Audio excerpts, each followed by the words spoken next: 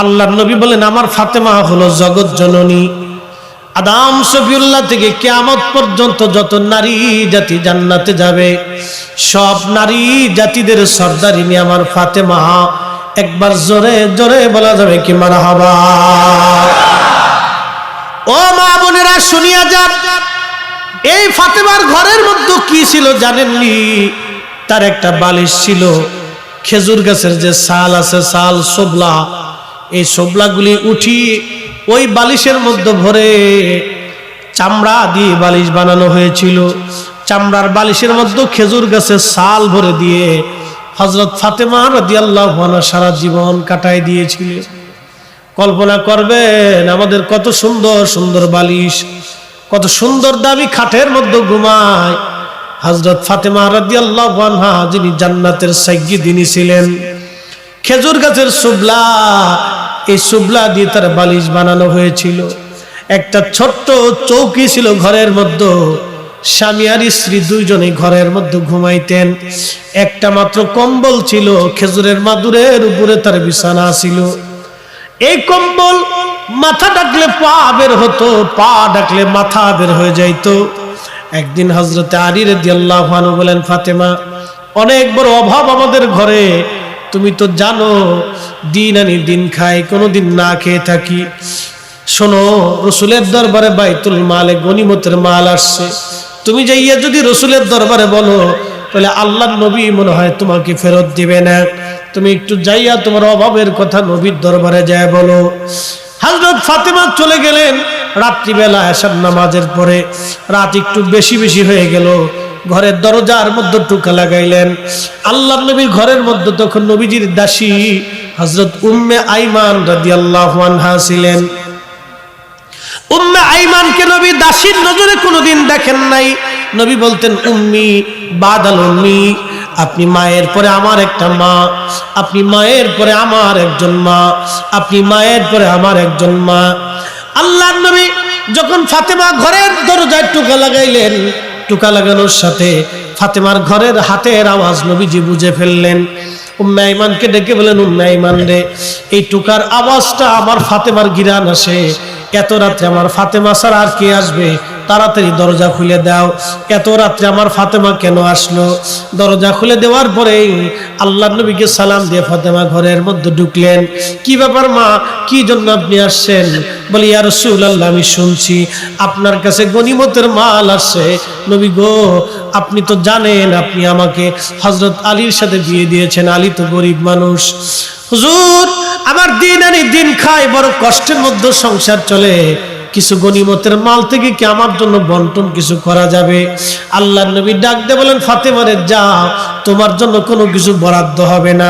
এই সব গনিমতের মালগুলি আমি গরিব উম্মতের জন্য বরাদ্দ করে দিয়েছি।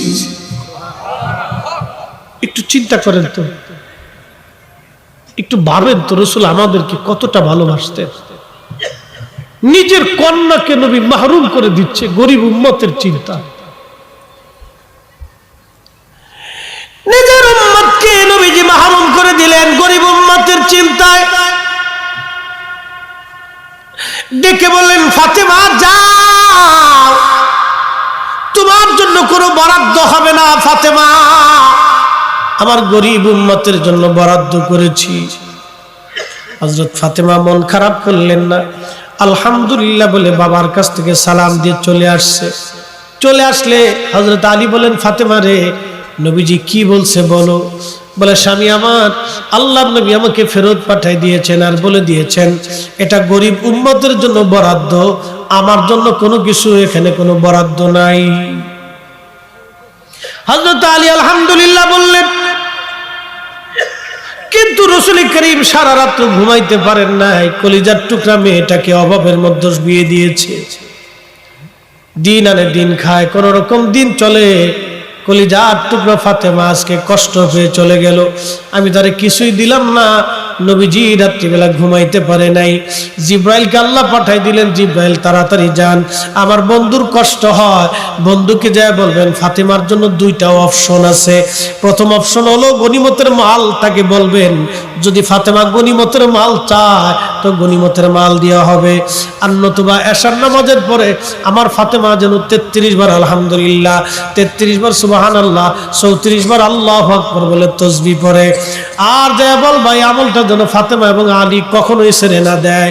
আল্লাহর নবীজি দৌড়ায় চলে আসলেন সকালবেলা ফজরের নামাজের পরে, ঘরের মধ্যে টুকা দিলেন, দরজা খুলে দেখলেন আব্বা হুজুর সামনে দাঁড়ানো।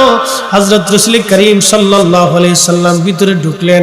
ফাতেমা রে, তোমার জন্য আমি একটা বিশেষ নিয়ামত নিয়ে আসছি। বলেন আব্বা জান, তুমি কি গনিমতের মাল চাও, না আল্লাহ তোমার জন্য একটা দোয়া পাঠাইছে, একটা তাসবিহ পাঠাইছে, তাসবিহ তুমি চাও? ফাতেমা বলেন আব্বা জান, আল্লাহ যেটা আমার জন্য তাসবিহ পাঠাইছে তাসবিহটা আমাকে দিয়ে দেন, আর গনিমতের মাল আপনি গরিব উম্মতের মধ্যে বন্টন করে দেন। একবার জোরে বলা যাবে কি সুবহানাল্লাহ?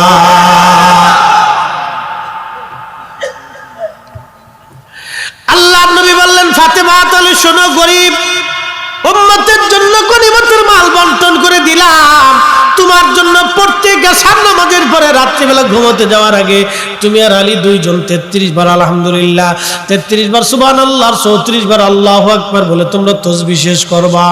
আল্লাহ রাব্বুল আলামিন তোমার ঘরের মধ্যে কোনোদিন অভাব রাখবে না। হযরত আলী রাদিয়াল্লাহু আনহু কোনোদিন এবং ফাতেমা জীবনের শেষ সময় পর্যন্ত আমল কোনোদিন ছেড়ে দেন নাই। এমনকি ইন্তেকালের আগ মুহূর্ত পর্যন্ত, রজনী পর্যন্ত হযরত আলী এবং ফাতেমা আমল তিনারা ছেড়ে দেন নাই। একবার আওয়াজ তুলে বলা যাবে কি মারহাবা? একটু কল্পনা করেন, গরিব উম্মতের চিন্তায় নবীজি ফাতেমাকে খাবার পর্যন্ত দেয় নাই। এখান থেকে বুঝে যান যে আল্লাহর নবী আমাদেরকে কিভাবে ভালোবাসতেন। বড় আফসোস, আমরা উম্মত রাসূলকে কিছু দিতে পারি না, আমরা উম্মত হয়ে নবীকে কিছু দিতে পারি না, কিচ্ছু দিতে পারি। তা আপনাদের কাছে অনুরোধ করব, রাসূল করিমের সুন্নাহগুলি বেছে বেছে মানবেন, 63 বছরের পুরা জীবনের আদর্শটা মেনে চলবেন। 63 বছরের পুরা জীবনটাই রাসূলের আদর্শ এবং আমাদের জন্য অনুসরণীয়, অনুকরণীয়। 63 বছরের জীবন। নবী বলতেন উম্মত সকাল থেকে সন্ধ্যা, সন্ধ্যা থেকে সকাল পর্যন্ত তুমি হিংসা মুক্ত থাকবে, তুমি হিংসা মুক্ত থাকবে, কারো ক্ষতির চিন্তা করবে না। শুনে রাখো, এটা আমি নবীর সুন্নাহ। মান আহাব্বা সুন্নতি ফাকাদ আহাব্বানি, যে আমি নবীর এই সুন্নাহকে অনুসরণ করলো, ভালোবাসলো, সে আমি নবীকে ভালোবাসলো। ওমান আহাব্বানি, যে আমাকে ভালোবাসলো, কানা মাই ফিল জান্নাহ, সে আমার সাথে জান্নাতে চলে যাবে। আহা, ও নবীর উম্মত, সকাল থেকে সন্ধ্যা, সন্ধ্যা থেকে সকাল বিকলবিন সালিম, হৃদয়টাকে পরিশুদ্ধ করবেন। তাসকিয়াতুন নফস, তাসাউফের প্রথম সবকের নাম তাসকিয়াতুন নফস, আত্মশুদ্ধি, আত্মাকে পরিশুদ্ধ করা, নিজের নফসকে কন্ট্রোল করা, হিংসা মুক্ত রাখা, রিয়া মুক্ত রাখা, অহংকার মুক্ত রাখা, অহমিকা মুক্ত রাখা, কামনা বাসনা এগুলি থেকে নিজের নফসকে কন্ট্রোল করা, মুক্ত রাখা। এটা যে করতে পেরেছে সে প্রকৃত আল্লাহর নবীর সুন্নাহ জীবনে পালন করতে পেরেছে। প্রকৃত সুন্নাহ, নিজের নফসকে কন্ট্রোল করা, নিয়ন্ত্রণ করা, এটা অনেক বড় একটা জিহাদ। চেষ্টা করতে হবে, এটা অনেক বড় জিহাদ আমাদের জীবনে চেষ্টা করতে হবে। সাহাবায়ে কেরাম এই চেষ্টার মধ্যে সারা জীবন কাটাই দিচ্ছে। আরে আবু বকর সিদ্দিক রাদিয়াল্লাহু তাআলা আনহুর দরবারে তার গোলাম খাবার নিয়ে আসছে, তো উনি খাবার খেয়ে ফেলে দিলেন। খাবার খেয়ে ফেলে দেওয়ার পরে প্রত্যেকদিন জিজ্ঞেস করে, তা আজকে ক্ষুধার কারণে জিজ্ঞেস করে, জিজ্ঞেস করলেন গোলাম কোথার থেকে আনছো? বলে অমুক গণকের কাছ থেকে আনছি। বলে সর্বনাশ করছো কি? গলার মধ্যে আঙ্গুল ঢুকেই দিলে। বমি আসে না, আসে না। সাহাবায়ে কেরাম বলেন আমিরুল মুমিনিন, আপনি তো মারা যাবেন। হযরত আবু বকর বলেন আমি যদি মরে যাই তাহলে ভালো, আর যদি খাবার বের হয়ে যায় তাও ভালো। খাবার হজম হওয়ার আগে আমাকে হয় মরে যেতে হবে, আর না হয় খাবার বের করে ফেলে দিতে হবে। হালালের প্রতি কোন বান্দার যদি অপরিসীম ঝোঁক থাকে তাহলে বুঝবেন এটা সাহাবায়ে কেরামের আদত, সাহাবায়ে কেরামের চরিত্র, রাসূল করিমের চরিত্র। একসাথে বলা যাবে না মারহাবা? আবু বকর সিদ্দিক রাদিয়াল্লাহু আনহু গলার ভিতর আঙ্গুল ঢুকিয়ে দেওয়ার পরে বমি করে খাবার ফেলে দিলেন। তারপরে তিনি সেই খাবারটা রাখেন নাই পেটের মধ্যে। কারণ কি? ওই খাবারটা এক গণকের খাবার ছিল। আল্লাহর নবী বলছেন, উম্মত, গণকের খাবার কুকুরের বিষ্ঠার মতো। কুকুর খাবার খাওয়ার পরে যেটা বমি করে ফেলে দেয় এটা হলো বিষ্ঠা। গণকের বাড়ির খাবার হলো কুকুরের বিষ্ঠার মতো। যারা হাত দেখে গণনা করে আপনার ভাগ্য গুনে দেয়, এদের খাবার কখনো আপনি খাবেন না। এটা কুকুরের বিষ্ঠার মতো হারাম। আল্লাহ পাক এই হারাম থেকে আমাদেরকে বাঁচায় রাখুক, বলে না আমিন। মুহতারাম, এটা অনেক দামি ইবাদত, চেষ্টা করবেন আপনারা। প্রিয় নবীর উম্মতেরা, কি এমন আমাদের জীবনে করেছি আমরা কিছুই করতে পারি নাই রাসূল কারীমের জন্য, আল্লাহর হাবিবের জন্য আমাদের তেমন কিছুই করার নাই, তেমন কিছুই আমরা করতে পারি নাই। সাহাবীরা সারা জীবন কষ্ট করে অভাব অনটনকে বরণ করে জিহাদ করে যুদ্ধের ময়দানে কাটিয়ে রাসূলকে তারা ভালোবেসে গেছেন। নবীর দরবারে একজন সাহাবীর কথা আপনাদেরকে না বললেই নয়। একজন সাহাবীর নাম ছিল, তার নাম হযরতে জুলাইবিব রাদিয়াল্লাহু আনহু। নবীজির একজন ছোট্ট সাহাবী ছিলেন, তার নাম জুলাইবিব। আমাদের দেশে কিছু মানুষ আছে দেখবেন বামন বেঠে, একবারে ছোট ছোট দেখবেন কিছু মানুষ আছে বামন। এই বামনদেরকে নিয়ে আমাদের সমাজে হাসি তামাশা হয়। দেখবেন তাদেরকে নিয়ে মানুষ মানে মস্করা করে, সার্কাসে দেখানো হয়, খেলাধুলা করে হাসি তামাশা করে। এই সাহাবীদের মধ্যে একজন সাহাবী ছিলেন, তার নাম জুলাইবিব রাদিয়াল্লাহু আনহু। এই সাহাবী ছিলেন বামন বেঠে। এই সাহাবী রাসূল করিমের দরবারে বড় হতে লাগলেন। সাহাবী ছোট্ট কালে হারিয়ে গিয়েছিলেন। হারানো মানে তার অর্থটা বুঝায়। উনি বামন ছিলেন, বেঠে ছিলেন, ছোট্ট কালে হারিয়ে গেলেন। ওনাকে আর খুঁজে পাওয়া যায় নাই। ওনার বংশের পরিচয় কি, মাতৃ পিতৃ পরিচয় কি, কেউ কোনোদিন বলে দিতে পারবে না। এই সাহাবী নবীর বাড়ি বড় হতে লাগলেন। কোন মানে তার কোনো রুজি ছিল না। আল্লাহর নবীর বাড়ি খাইতেন, নবীর বাড়ি ঘুমাইতেন। অর্থাৎ আহলে সুফার একজন সাহাবী ছিলেন জুলাইবিব রাদিয়াল্লাহু আনহু। তার পরনের কাপড় ছিল, খুব মনোযোগ দিয়ে, পরনের কাপড় ছিল সিরা তালিযুক্ত। আমরা যারা এখন আছি, আমরা তো অনেক ভালো ভালো পোশাক পরি। সেই দিন তো পোশাকের অনেক দাম ছিল। তালিযুক্ত যদি পরনে কাপড় পরতো, দেহে কাপড় থাকতো না, দেহে লাগাইলে পরনে তার কাপড় থাকতো না। সে সাহাবীর নাম হযরত জুলাইবিব রাদিয়াল্লাহু তাআলা আনহু। হযরত জুলাইবিব রাসূল করিমের একজন সাহাবী। আল্লাহর নবীজির দরবারে বড় হলেন, যৌবনে পদার্পণ করলেন। আল্লাহর নবী ডাক দিলেন, সাহাবী জুলাইবিব, তোমাকে তো বিয়ে দেওয়ার দরকার, তোমার জন্য একটা পাত্রী দেখার দরকার। জুলাইবিব বলেন, ইয়া রাসূলুল্লাহ, আমার পরিচয় আমি বেঠে, আমার পরিচয় আমি বামন, আমি গরিব, আমি দরিদ্র, আমার বংশের কোনো পরিচয় নাই। ইয়া নবী আল্লাহ, আমার সাথে মদিনার মানুষকে মেয়ে বিয়ে দিবে? কোন নারী আমাকে পছন্দ করবে? মদিনার কোন নারী আমাকে পছন্দ করে না। মদিনার কোন লোক আমার সাথে মেয়ের বিবাহ দিতে চায় না। আল্লাহর নবী বললেন, জুলাইবিব, আমি তোমার জন্য একটা মেয়ে পছন্দ করব, চিন্তা করো না, আমি তোমার একটা সংসার করে দিব। একবার জোরে বলা যাবে কি মারহাবা? একসাথে জোরে বলেন নাকি আল্লাহু আকবার? আরে নবীর দরবারে কোনো বড় ছোট বড় দিয়ে প্রমাণ হয় না আশিক রাসূল। চেহারা দিয়ে আশিক রাসূল হয় না, টাকা দিয়ে আশিক রাসূল হয় না, লেখাপড়া দিয়ে আশিক রাসূল হয় না। ও বাজান, ওই যে মুহাদ্দিস, মুফতি, বক্তা, প্রিন্সিপাল, চ্যান্সেলর, অধ্যক্ষ, উপাধ্যক্ষ, এগুলি দিয়ে আশিক রাসূল প্রমাণ হয় না। আশিক রাসূল প্রমাণ হয় অন্তরের ভিতরে নবীর ভালোবাসা আছে কিনা, এটা দিয়া। সে দিন মজুর হতে পারে, রিকশাওয়ালা হতে পারে, অথবা আপনার কি বলে শিক্ষিত হতে পারে, অশিক্ষিত হতে পারে, অথবা আপনার ল্যাংড়া হতে পারে, বুবা হতে পারে, কানা হতে পারে, অথবা ভিখারি হতে পারে। নবীর দরবারে পছন্দ কবুলিয়ত যোগ্যতার জন্য তার হৃদয়ের দরকার। আল্লাহর নবীর প্রতি তার ভালোবাসা আছে কিনা এটা রাসূলের দরবারে আগে গ্রহণযোগ্যতা নেবে। চেহারা দেখে নবীর দরবারে দাম হয় না, টাকা পয়সা দেখেও নবীর দরবারে দাম হয় না। বহু টাকাওয়ালা আছে, বহু পয়সাওয়ালা আছে, জীবনে একটা মাহফিল করার মতো তৌফিক তাদের নাই। কথা বলেন আছে না নাই? বহু পয়সাওয়ালা, কোটি কোটি টাকার মালিক, বাড়িতে একটা মাহফিল দিতে পারে না, একটা মাহফিল সাজাইতে পারে না, ওলামা ইকরাম নিয়ে দোয়া করাইতে পারে না। তার মানে এইগুলি করার জন্য নসিব লাগে, নসিব। কথা ঠিক কিনা? কি লাগে? নসিব, নসিব। সাহাবী জুলাইবিবের কথা বলতেছি, শুনে যান। এই সাহাবীর সম্মানে আল্লাহ কোরআনের আয়াত পর্যন্ত সূরা আহজাবে নাজিল করছে। সাহাবী ছিলেন বেঠে, বামন, বামন। তো আল্লাহর নবী তার বিয়ের জন্য একটা মেয়ে পছন্দ করলেন। মেয়ে ছিল মদিনার সবচেয়ে সম্ভ্রান্ত পরিবারের এবং সবচেয়ে সুন্দরী। আপনারা জানেন মদিনার মানুষ তো এমনি সুন্দর। মাদানী যারা অরিজিনাল আনসারি মাদানী, তারা এমনিতেই সুন্দর, তারাও প্রাকৃতিকভাবে সুন্দর। আল্লাহ তাদেরকে এমনি সুন্দর করছে, তাদের মন সুন্দর, তাদেরকে আল্লাহ এমনি সৌন্দর্য করে দিয়েছেন এবং তারা সব খুব নরম হৃদয়ের মানুষ।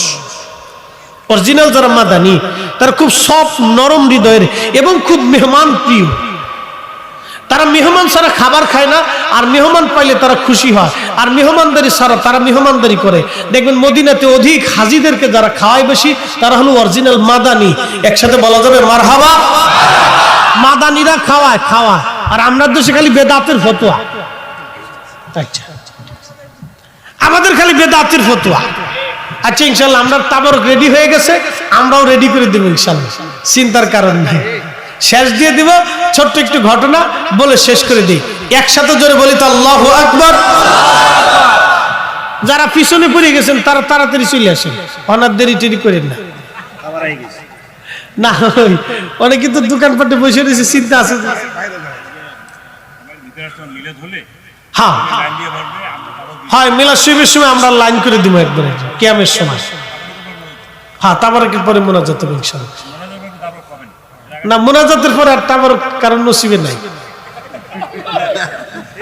মোনাজাতের আগেই দিতে হবে। অতএব যারা দূর আছে চলে আসেন, আর দেরি করেন না, কিন্তু পরে কিন্তু আর পাবেন না।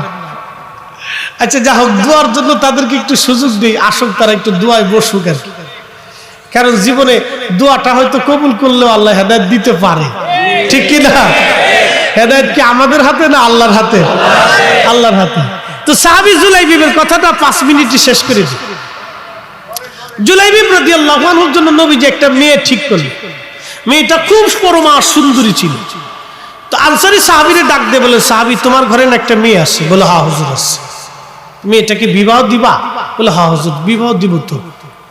তো সাহাবী মনে করছে হুজুরে কারীম বিয়ে করতে চায়। তো সাহাবীদের আদত ছিল যে নবীজি যদি কারোর সাথে আত্মীয়তা করতে চাইতেন তো খুব খুশি হইতেন।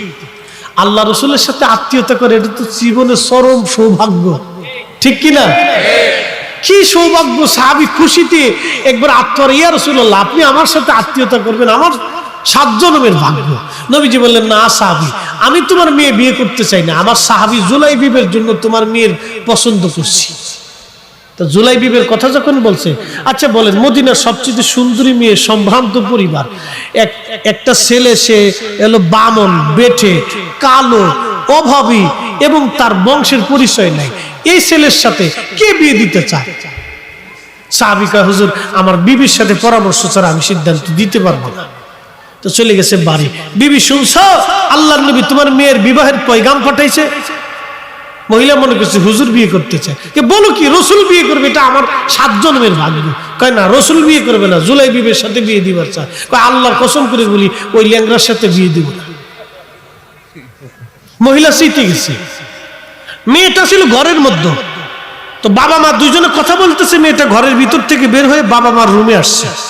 এসে বলতেছে, ও আব্বা, ও আম্মা, কি নিয়ে কথা বলতেছেন? বলে, মারে, রসুল তোমার ব্যাপারে বিবাহের পয়গাম পাঠাইছে। তুমি তো জানো এক সাহাবী আছে জুলাইবিব, ওটা বেঠে, একবারে বামন, গরিব মানুষ, বংশের পরিচয় নেই, কালো, নিগ্রো, এই ছেলের সাথে তোমার মতো একটা মেয়ের বিবাহ কেমনে দিই বলো তো? মেয়েটা জালালি হয়ে ধমক দিয়ে বলেন, সাহস কি করে হয় আপনাদের? রসুল আমার জন্য স্বামী পছন্দ করেছে, নবী আমার জন্য বিয়ে পছন্দ করেছে, রসুল আমার জন্য ছেলে পছন্দ করেছে, এর চাইতে আমার জীবনের সৌভাগ্য আর কি হতে পারে? আল্লাহু আকবার, জোরে বলেন আল্লাহ আল্লাহ।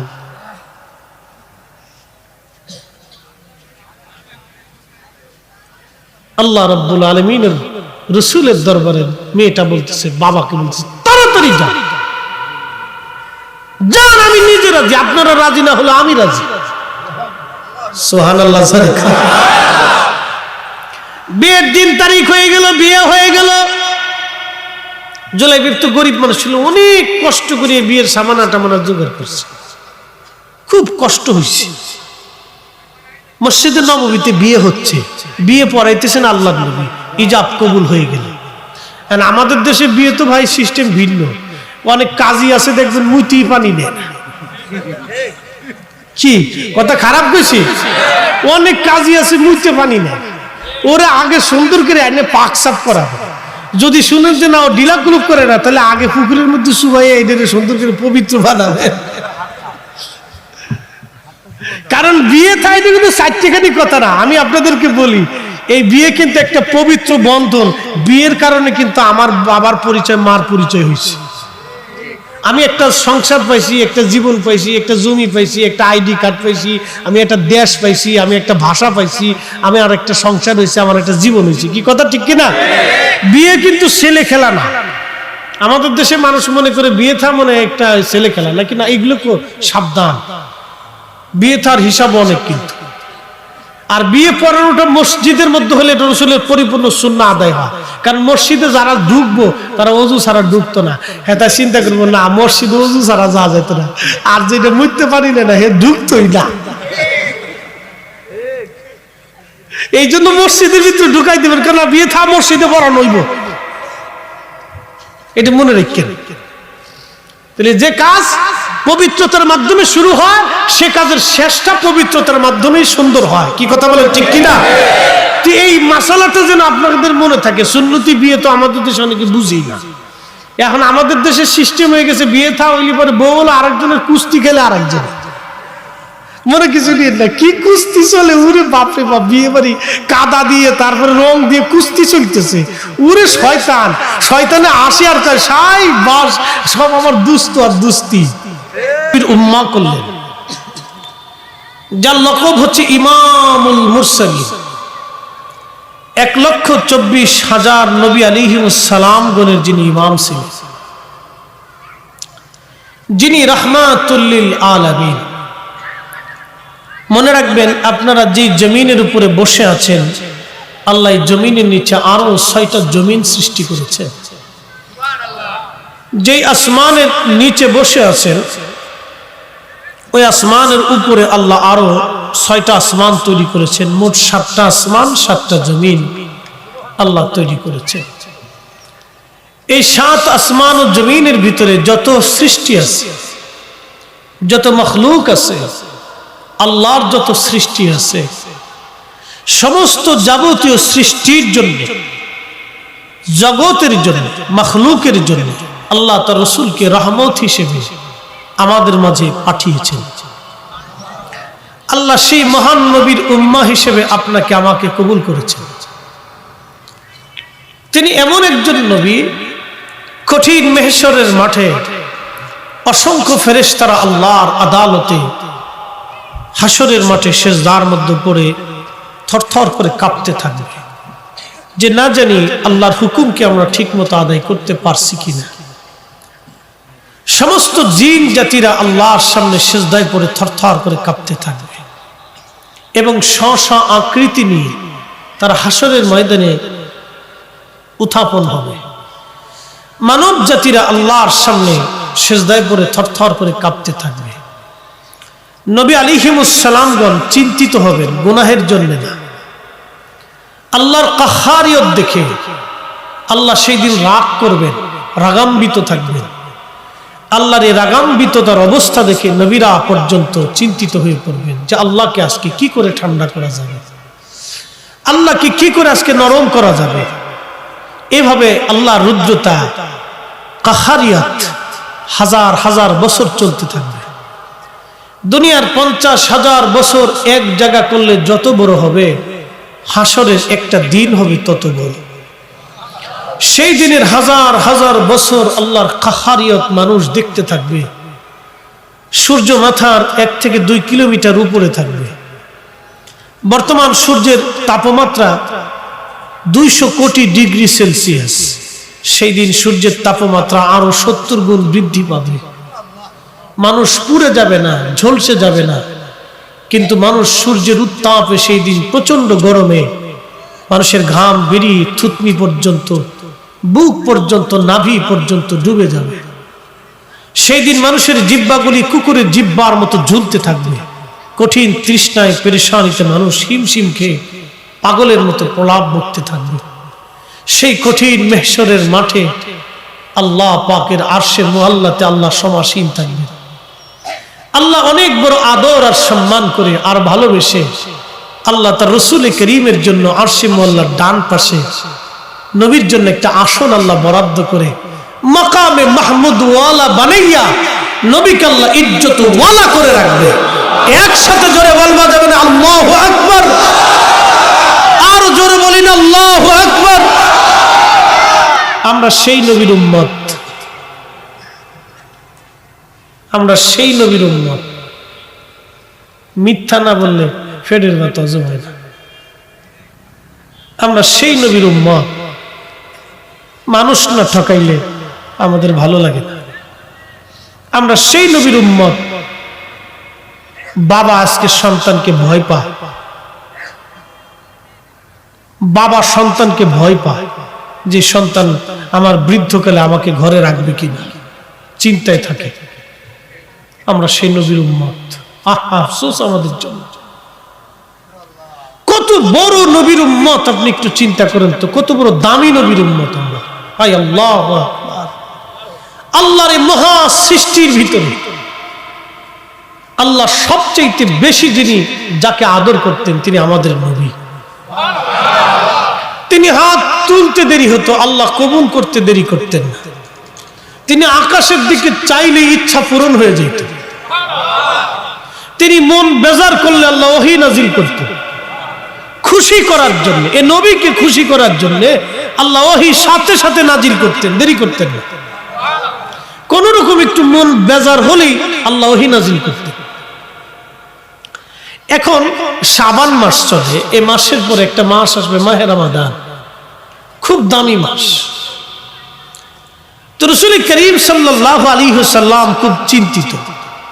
সাহাবায়ে কেরাম এসে বললেন, ইয়া নবী আল্লাহ, শুনছি আগের জমানার উম্মতেরা অনেক লম্বা হায়াত পাইছে, হায়াতের ভিতরে তাদের সারা রাত জেগে জেগে ইবাদত করেছে, সারা দিন জিহাদের ময়দানে কাটিয়ে রোজা রেখে ইবাদতে তারা কাটিয়ে দিছে।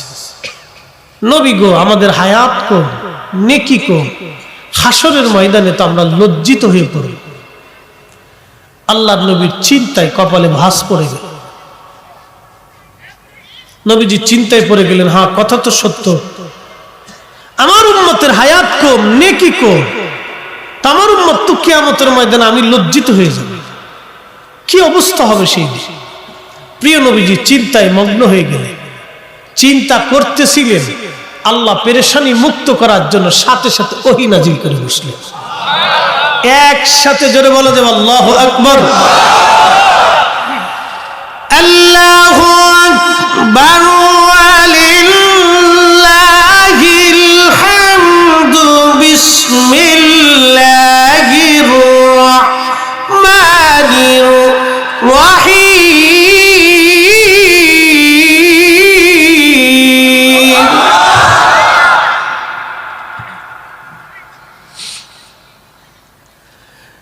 إنا أنزلناه في ليلة القدر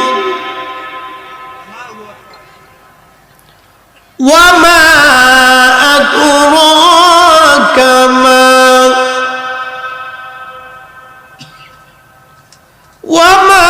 أدراك ما ليلة القدر ليلة القدر خير من শহর। আল্লাহ পাক সাথে সাথে আয়াত নাজিল করলেন, নবীকে আল্লাহ ঠান্ডা করলেন, চিন্তা মুক্ত করে দিলেন, হাস্যোজ্জ্বল করে দিলেন, খুশি করে দিলেন। আল্লাহ তার রসুলকে খুশি করতেন, এর জন্য নবীর একটা লকব হচ্ছে হাবিবুল্লাহ। খলিলুল্লাহ একটা লকব।